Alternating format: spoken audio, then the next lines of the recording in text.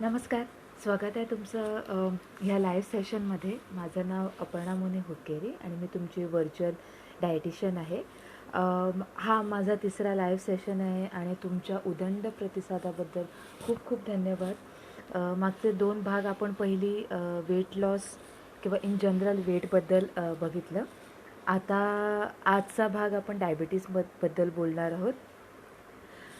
Diabetes एक असा complicated आजार, डिसऑर्डर, कंडिशन आहे की त्याच्याबद्दल जेवढं आपण समजून घेऊ तेवढं कमीच आहे. आणि जसं आपण म्हणतो की कुठच्याही प्रॉब्लेमला जर सॉल्व करायचं असेल तर आधी आपल्याला तो प्रॉब्लेम समजून घ्यायला पाहिजे. सेम वे डायबिटीसला समजून घेण्याची वेळ ऑफकोर्स आलेली आहे. ॲक्च्युली टळून गेली आहे कारण आपला देश Wien it comes to diabetes एक लीडिंग कंट्री आहे पूर्ण जगात. आपल्याकडे जास्तीत जास्त पेशंट डायबिटीसचे मिळतात आणि आपल्याकडे मॉर्टॅलिटी म्हणजे दगावण्याचं जे प्रमाण आहे ते पण डायबिटीसमुळे एक कन्सिडरेबल प्रमाण आहे. किंवा मॉर्बिडिटी म्हणजे जायबंदी होणं बेसिकली किंवा काही असं डायबिटीसमुळे आजार होणं ज्याच्यामुळे ते काम करू शकत नाही जेवढं करायला पाहिजे. फिजिकल इनॅबिलिटी आम्ही त्याला म्हणतो. सो हा जो मॉर्बिडिटी रेट आहे तो सुद्धा डायबिटीसमुळे फार आपल्या देशात दिसतो. म्हणूनच डायबिटीस म्हणजे नक्की काय आहे, डायबिटीस कसा होतो, आपण कसा तो मॅनेज करू शकतो किंवा काय रिस्क फॅक्टर्स आहेत किंवा काय टाईप्स आहेत बेसिकली ते आपण समजून घेऊया. ऑफकोर्स एका सेशनमध्ये हे सगळं क्लिअर किंवा एका सेशनमध्ये हे कंप्लीट नाही होणार आहे. त्यामुळे आपल्याला 1-2-3 सेशन्स तरी घ्यावे लागतील समजून घ्यायला की बेसिकली डायबिटीस म्हणजे काय किंवा डायबिटीसमध्ये आपल्याला काय करायला पाहिजे. सो आज आपण पहिल्यांदा ओव्हरऑल डायबिटीसबद्दलच जाणून घेऊया की नक्की काय होतं आणि त्याचे रिस्क फॅक्टर्स काय आहेत किंवा अनकंट्रोल डायबिटीस असेल तर त्याचे कॉम्प्लिकेशन्स काय. ठीक आहे. सो पहिली तर म्हणजे डायबिटीस हा एक ग्रुप ऑफ डिसिजीस आहे. डायबिटीस एक ग्रुप ऑफ डिसिजीस आहे characterize by high blood glucose. रक्तातले साखरेचं प्रमाण वाढतं आणि त्याचं मुख्यत्वे कारण असू शकतं म्हणजे इन्सुलिन सिक्रिशन म्हणजे इन्सुलिन तयार होण्याचं जो रेट आहे किंवा इन्सुलिन तयार होण्याचं जर प्रक्रिया आहे ती किंवा इन्सुलिन जे काम करतं आहे ते ह्या दोनामध्ये कुठेतरी प्रॉब्लेम असल्यामुळे आपण म्हणू शकतो की हाय शुगर होते किंवा डायबिटीस होतो. डायबिटीसचे बेसिकली खूप प्रकार आहेत. तुम्हाला माहीतच असेल टाईप 1 डायबिटीस आहे, टाईप 2 डायबिटीस आहे, जस्टेशनल डायबिटीस आहे. जस्टेशनल डायबिटीस म्हणजे प्रेग्नन्सीच्या काळात होणारे डायबिटीस आहेत. आणि अदर टाईप ऑफ डायबिटीस पण आहेत जे काही इन्फेक्शनमुळे किंवा सर्जरीमुळे किंवा माल न्यूट्रिशनमुळे किंवा काही ड्रग्स यूजमुळे ह्याच्यामुळे होतात. सो ते त्यांचं प्रमाण खूप कमी आहे बेसिकली. जे जास्त प्रमाणात दिसले जातं ते म्हणजे टाईप 2 डायबिटीस आणि त्याच्यानंतर जे आहे ते म्हणजे टाईप 1 डायबिटीस. टाईप 1 डायबिटीस हा एक अर्ली ऑनसेट डायबिटीस आहे. अर्ली ऑनसेट म्हणजे तो आयुष्याच्या खूप म्हणजे सुरुवातीलाच तो त्या पेशंटमध्ये होतो. टाईप 1 डायबिटीस कशामुळे होतो ह्याचे अजूनही आपल्याला ठीकसं कारण कळलेलं नाही आहे. पण त्याचा बेसिक इश्यू हा आहे की इन्सुलिन तयार करणारे जे सेल्स असतात ज्यांना आम्ही बीटा सेल्स म्हणतो त्यांचं एकतर पूर्णपणे डिस्ट्रक्शन झालेलं असतं आणि त्याच्यामुळे इन्सुलिन जेवढं असायला पाहिजे तेवढं प्रोडक्शन होत नसतं किंवा टोटल ॲब्सेन्स असतो इन्सुलिनचा. त्यामुळे त्यांना इन्सुलिन डिपेंडंट डायबिटीस पण म्हटलं जातं कारण ते कम्प्लिटली डिपेंडंट असतात on insulin for their mechanism. Funny fact इन्सुलिनचा शोध ऑलमोस्ट 100 वर्षा पहिलेच लागला गेला आहे. म्हणजे 1921मध्ये सर बेंटिंग ह्यांनी इन्सुलिनचा शोध लावला आणि त्यांच्या साथीदारांनी. सो पुढच्या वर्षी 2021मध्ये 100 वर्ष पूर्ण होतील इन्सुलिनच्या शोधाला. आणि it is one of the greatest invention आहे आपल्या ह्युमन हिस्ट्रीमध्ये.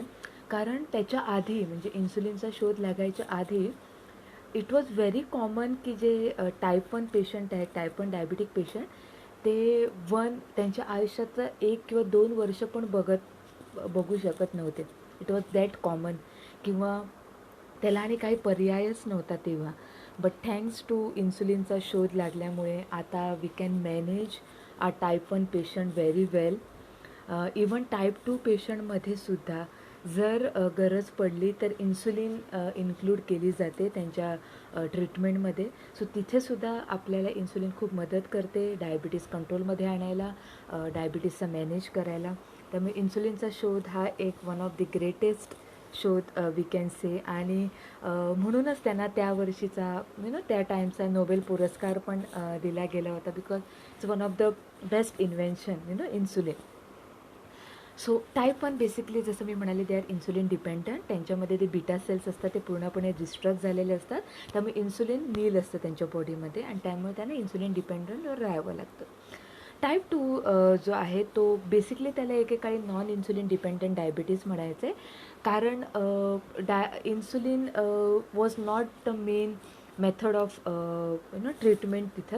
तिथं ओरल हायपोग्लायसिमिक एजंट म्हणजे ज्याला आपण गोळ्या म्हणतो किंवा औषधं म्हणतो ती त्यांना दिली जायची. सो त्यामुळे it was non insulin dependent. पण आता तसं त्याला म्हणत नाही, आता त्यांना टाईप 1 आणि टाईप 2 असं म्हटलं जातं. त्यांना एज रिलेटेड म्हणजे एज ऑनसेट डायबिटीज पण म्हटलं जातं टाईप 2ला, कारण तो आधी ओल्ड एजमध्येच पेशंट्स मिळायचे. पण आपलं लाईफस्टाईल आता पूर्ण बदललेलं असल्यामुळे टाईप 2 डायबिटीज आता यंगर जनरेशनमध्ये पण दिसतो. त्यामुळे एज वाईज त्यांना डिवाईड करायचं तसं पण आजकाल आपण नाही म्हणू शकत. म्हणून type 1 and type 2 is the ideal way of saying. आणि जस्टेशनल डायबिटीज हा बेसिकली जसं मी म्हणाले की प्रेग्नंट लेडीजमध्ये ओरल ग्लुकोज टेस्ट केली जाते त्यांच्यामध्ये. त्याच्यामध्ये कधीकधी त्यांना ते चान्सेस किंवा कधीकधी त्यांना ते इम्पेअर्ड ग्लुकोज मिळतं आणि मग ते डायबिटीसमध्ये होऊ शकतं. आफ्टर डिलिव्हरी किंवा after certain time gestational diabetes कमी होऊ शकतो, कारण it is very situational based. पण जर नंतर काळजी घेतली गेली नाही तर अशा लेडीजना नॉर्मल म्हणजे टाईप 2 डायबिटीस होण्याचे रिस्क वाढते त्यांची, कारण they have a history of gestational diabetes. आता आपण समजून घेऊया की बेसिकली काय होतं, जे का आपण म्हणतो की रक्तातली साखर वाढते. सो आता मी इन्सुलिन तुम्हाला माहीतच असेल आणि इट्स व्हेरी कॉमन की आपल्या सगळ्यांना माहीत आहे की आपल्या रक्तातली साखर कंट्रोलमध्ये आणायला इन्सुलिन काम करतं. सो काय होतं, जेव्हा आपण काही खातो, एखादी गोष्ट खातो, ते आपल्या पोटात जाते, डायजेस्ट होते आणि त्याच्यातनं जे ग्लुकोज असतं म्हणजे ते एक काय म्हणतात ते जेवण हा एक कॉम्प्लेक्स पदार्थ आहे, राईट. तो जेव्हा डायजेस्ट होतो तेव्हा तो तसाच राहत नाही, त्याच्यामध्ये जे न्यूट्रियंट्स असतात त्या फॉर्ममध्ये तो येतो. It can be amino acids जे protein amino acid makes a protein. It can be fatty acid which makes up a fat, और it can be glucose which makes up a carbohydrate. So जेव्हा आपण हे food खातो तर ते broken down होतं आणि त्याच्यातलं जे ग्लुकोज आहे ते आपली बॉडी ॲब्झॉर्ब करते आणि ते रक्तात जातं. जेव्हा रक्तात जातं तेव्हा तुम्हाला माहीतच आहे की glucose is the source of energy. आपण जे काय काम करतो त्या सगळ्याला आपल्याला ग्लुकोज लागतं. सो ग्लुकोजची requirement all over the body असते, right from brain to everywhere. So पण कसं आहे की ते ग्लुकोज म्हणजे कसं जो एखादा सेल असतो त्याला जर ॲक्सेप्ट करायचं असेल ग्लुकोज तर त्याला पार्टनर लागतो इन्सुलिन.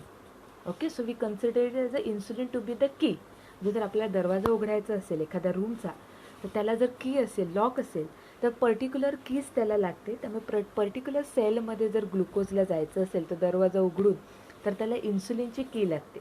सो जेव्हा ग्लुकोज लेवल रक्तामध्ये वाढते तेव्हा पँक्रियासला कळतं की रक्तामध्ये ग्लुकोज लेवल वाढली आहे, तर तो तेवढ्या त्या प्रमाणात इन्सुलिन तयार करतो आणि इन्सुलिन मग प्रत्येक ग्लुकोजला आपल्याबरोबर घेऊन जिथे जिथे रिक्वायरमेंट आहे तिथे तिथे दार उघडून त्यांना आतमध्ये जायला मदत करतो. So this is what a normal human body does.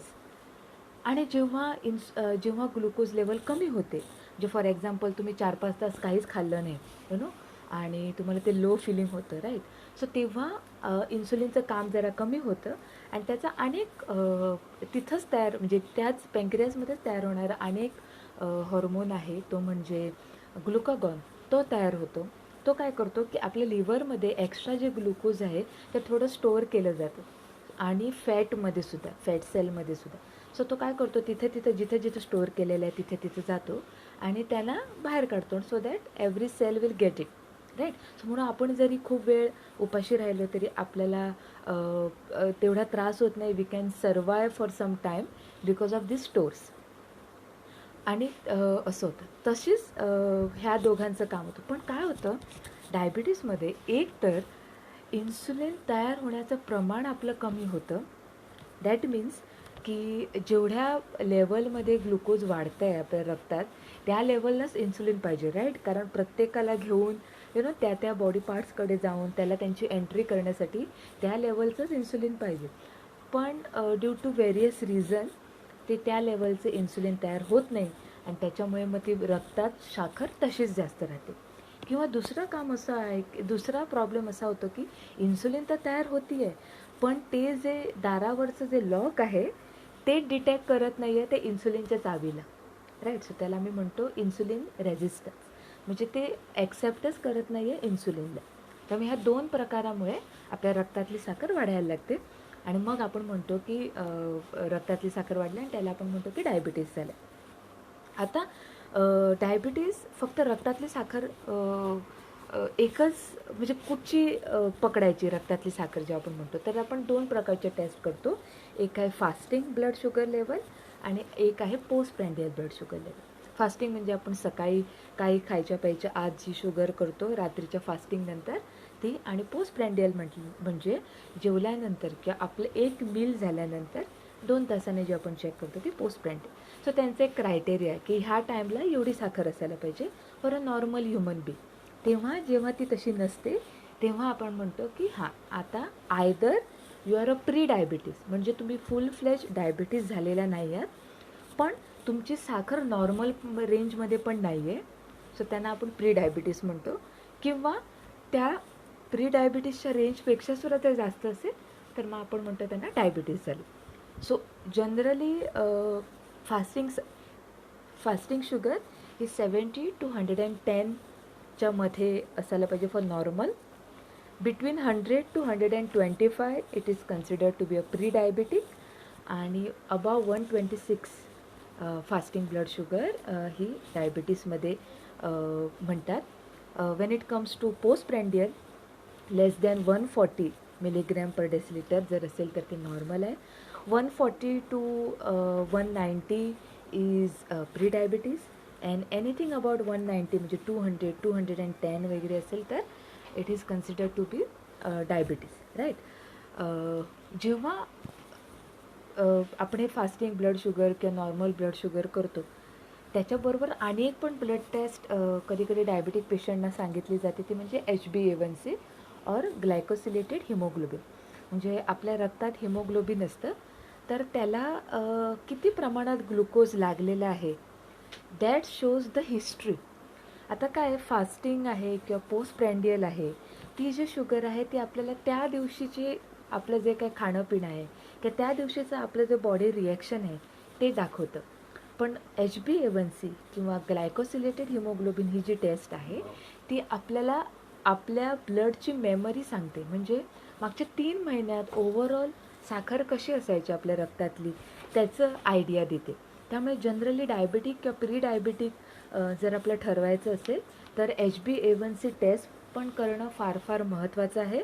आणि इवन नॉर्मल लोक पण करू शकतात just to check if they are in normal range और they are in pre diabetes. कारण जे क्लासिक सिम्पटम्स आहेत डायबिटीजचे ते कधी कधी आपल्याला नाही दिसत फॉर व्हेरी लाँग टाईम.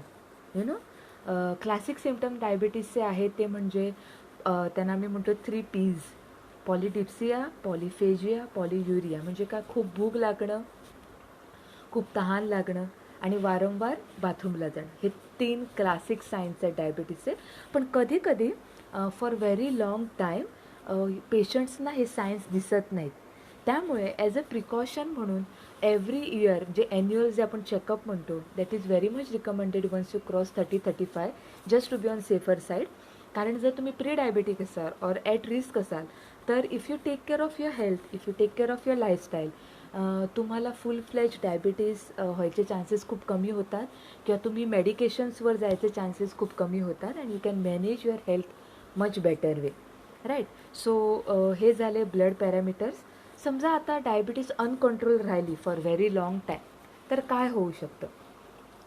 जर डायबिटीज अनकंट्रोल राहिली व्हेरी लाँग टाईम किंवा आपण नीट मेंटेन ठेवली नाही डायबिटीज तर 2 टाईपचे मेजर इश्यूज होऊ शकतात.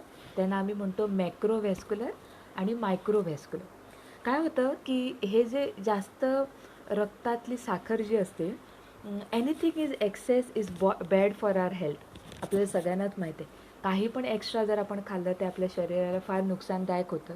त्यामुळे हे रक्तात जेव्हा जास्त प्रमाणात ही साखर राहते खूप दिवस खूप वेळा, तेव्हा ती कुठे कुठे जाऊन इंटरनल ऑर्गन्सना त्रास द्यायला लागते किंवा ती कुठे कुठे जाऊन जे ब्लड व्हेसल्स असतात त्यांचं काम कुठेतरी अफेक्ट करायला लागते आणि in long run it can lead to very serious diseases, very serious problems.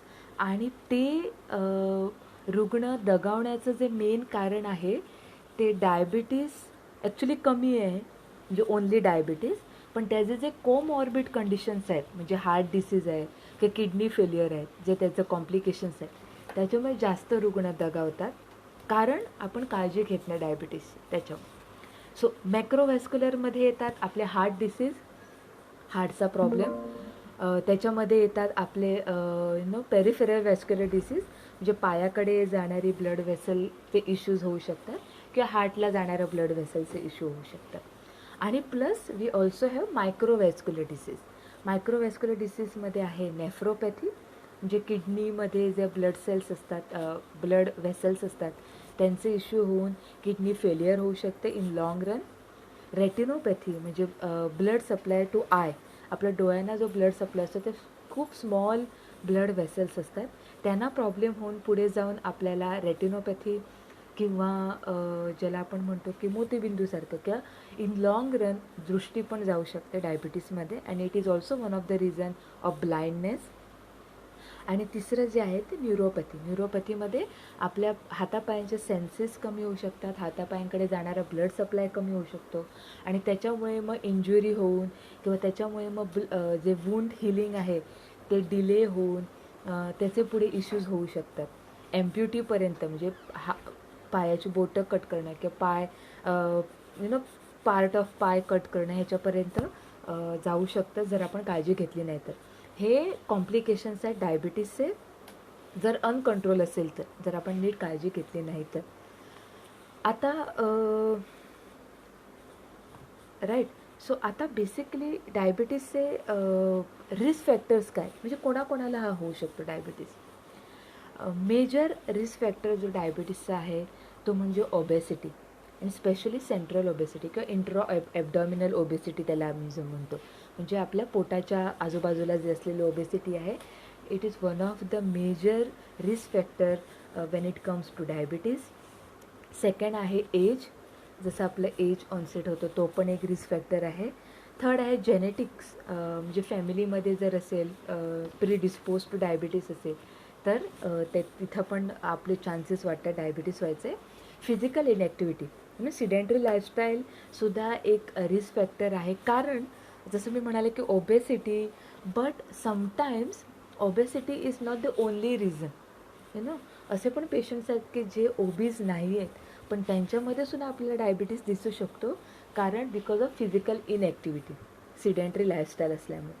So हे काही रिस्क फॅक्टर्स आहेत when it comes to diabetes. आता जर डायबिटीस म्हणजे आपण म्हणतो की आणि काय इश्यूज होऊ शकतात तर एक तर आहे लाईफस्टाईल ज्याच्यामध्ये आहे जर आपले स्लीप पॅटर्न नीट नसेल, जर आपण प्रॉपर रेस्ट घेऊ नसू तर काय होतं की बॉडीला रिकवर व्हायला तेवढा वेळ मिळत नाही. राईट.